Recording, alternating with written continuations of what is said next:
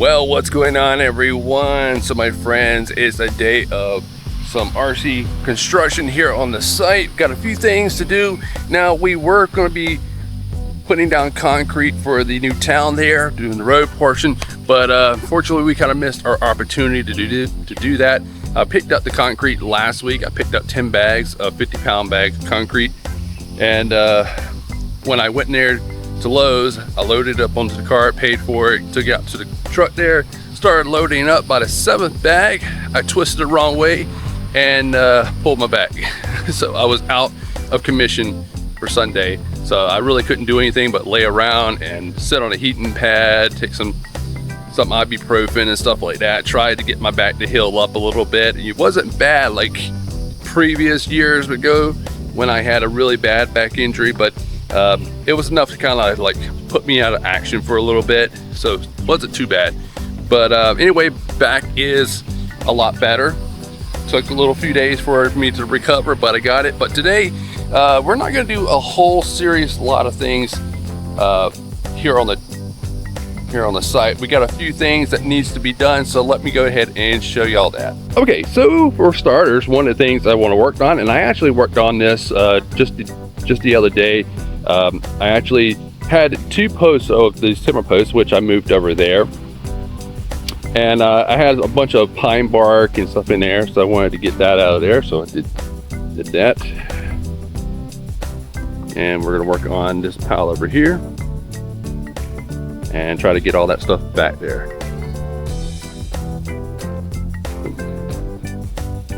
There we go.